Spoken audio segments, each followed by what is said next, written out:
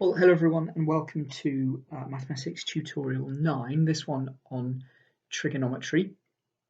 And a lot of the concepts in this tutorial will be familiar to you probably from GCSE, so there shouldn't be anything new here. All of the trigonometry that you see is on the GCSE mathematics syllabus. I'm sure it'll take just a little bit of memory jogging to get yourself back into that zone. So really all we're going to do today is look at how we can calculate an angle of focus if we know the sine, cosine and tangent. And of course that also applies to looking at how we can calculate the various lengths of a triangle. And we'll start with right angle triangles and then we'll look at the cosine rule and move on to other triangles. And hopefully you should have an understanding of how we can manipulate and rearrange these algebraic phrases that involve trigonometric functions.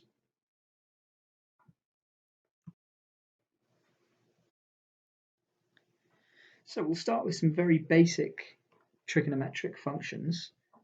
And first of all, perhaps let's have a look at the right-angled triangle. The internal angles are usually designated with the capital letters A, B and C, and of course we know that the sum of the three internal angles A, B and C will always equal 180 degrees.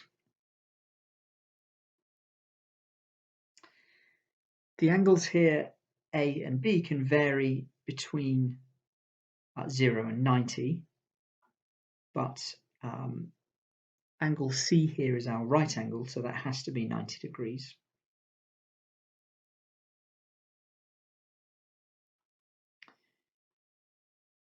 We write this Greek letter theta here if we are interested in a particular angle in the triangle.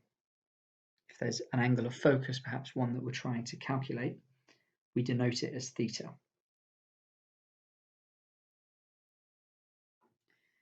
So as I said, this angle of interest is called theta, and the side of the triangle that does not touch the angle of focus or the angle of interest is, and it's usually the side that's drawn vertically, is at the opposite side. The side positioned next to the angle of focus is called the adjacent side, and we usually draw the adjacent side horizontally. And the longest side of the triangle is called the hypotenuse, and this is the one that's generally drawn as sloping at an angle and touching theta, that angle of interest, at its lower end.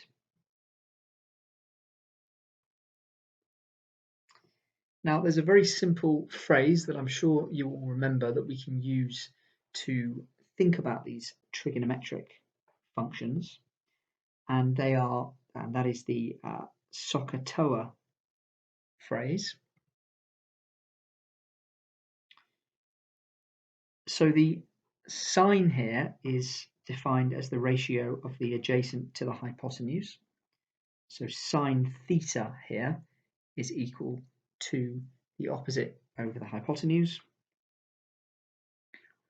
The cosine is defined as the ratio of the adjacent to the hypotenuse, so cos theta here is equal to the adjacent over the hypotenuse. And a tangent is defined as the ratio of the adjacent to the hypotenuse. So, it's the ratio of the opposite to the adjacent. And so tan theta here is equal to the opposite over the adjacent. And you can remember those three definitions using that simple SOHCAHTOA phrase.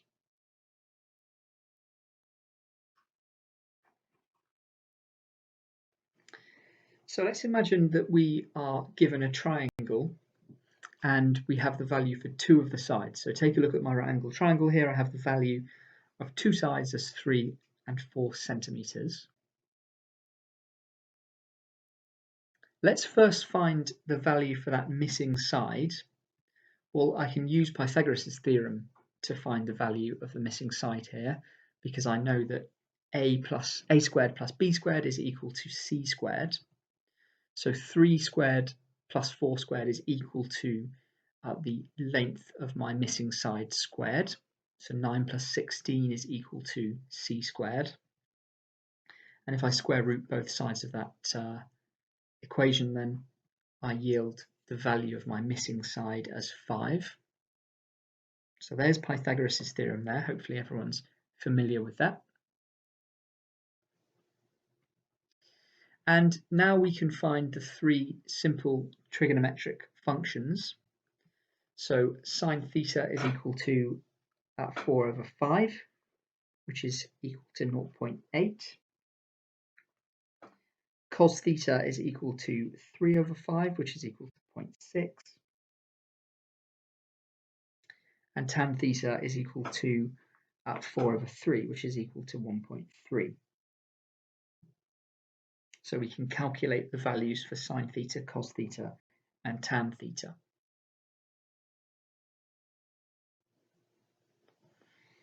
Now imagine that we're given a triangle and we have the value for some of the angles.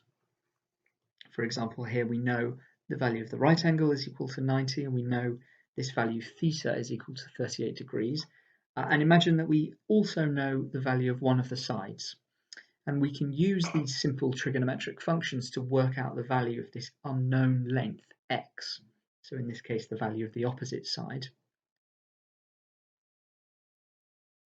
So first of all, I have a look at the information that I have in front of me, and I realize that I know something about the adjacent, and I'm trying to work out the opposite. So that tells me that I need this TOA trigonometric function. So tan theta is equal to the opposite over the adjacent, and of course I have a value for theta.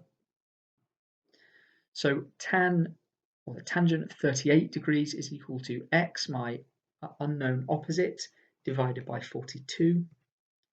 And of course, if I rearrange that, then I can solve for x, and that equals 42 multiplied by tan 38. And when you put that into a calculator, you get a value of x as 32.8. Now, you'll need to do that in a calculator. So you'll need to calculate your tangent of 38 degrees in your calculator, and you'll have to make sure that your calculator is set to degrees mode and not radians. So if you don't know how to do that, I'm assuming people have something similar or equal to a Casio calculator, scientific calculator. You can just Google how to switch between degrees and radians.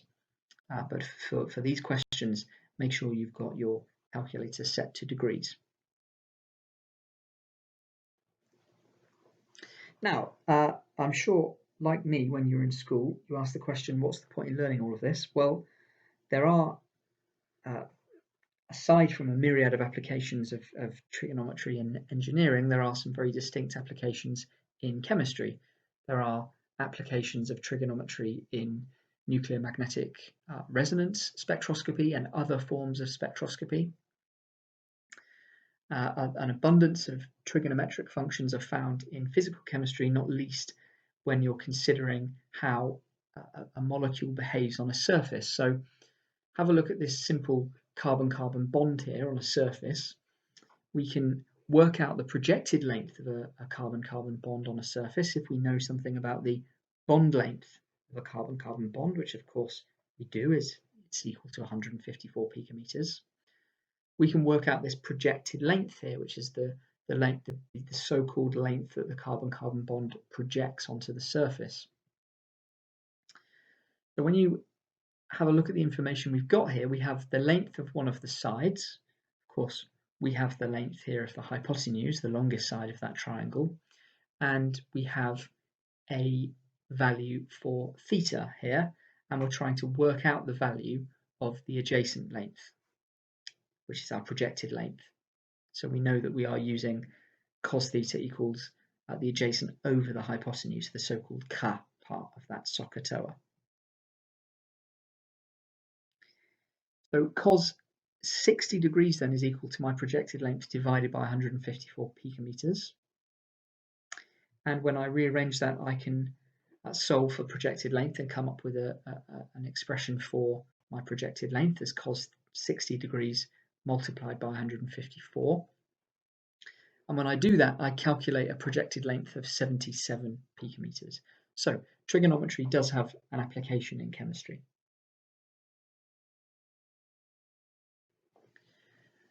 So pause for self-test 1 here. What I've done in this tutorial is slightly different.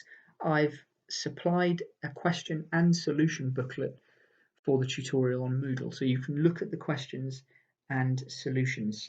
So have a go at self-test 1. There's only one question here, and see if you can solve it. Take a look at the solutions afterwards.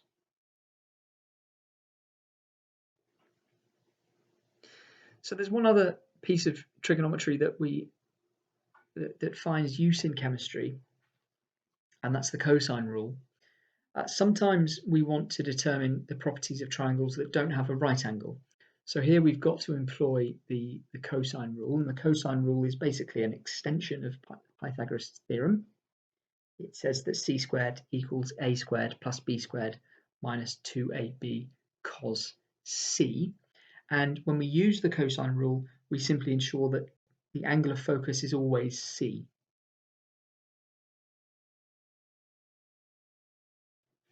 So have a look here. We've got the value of two sides of this triangle, and I have a value for one of the angles.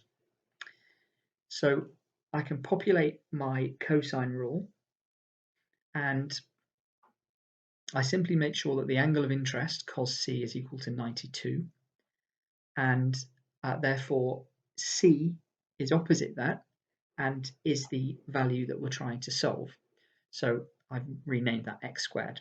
So that is equal, in this case, to 15 squared plus 16 squared minus 2 times 15 times 16 times cos 92. And when you do that, you get a value for x squared as 497.7. And when you square root both sides of that, you solve for x and you get a value of 22.31.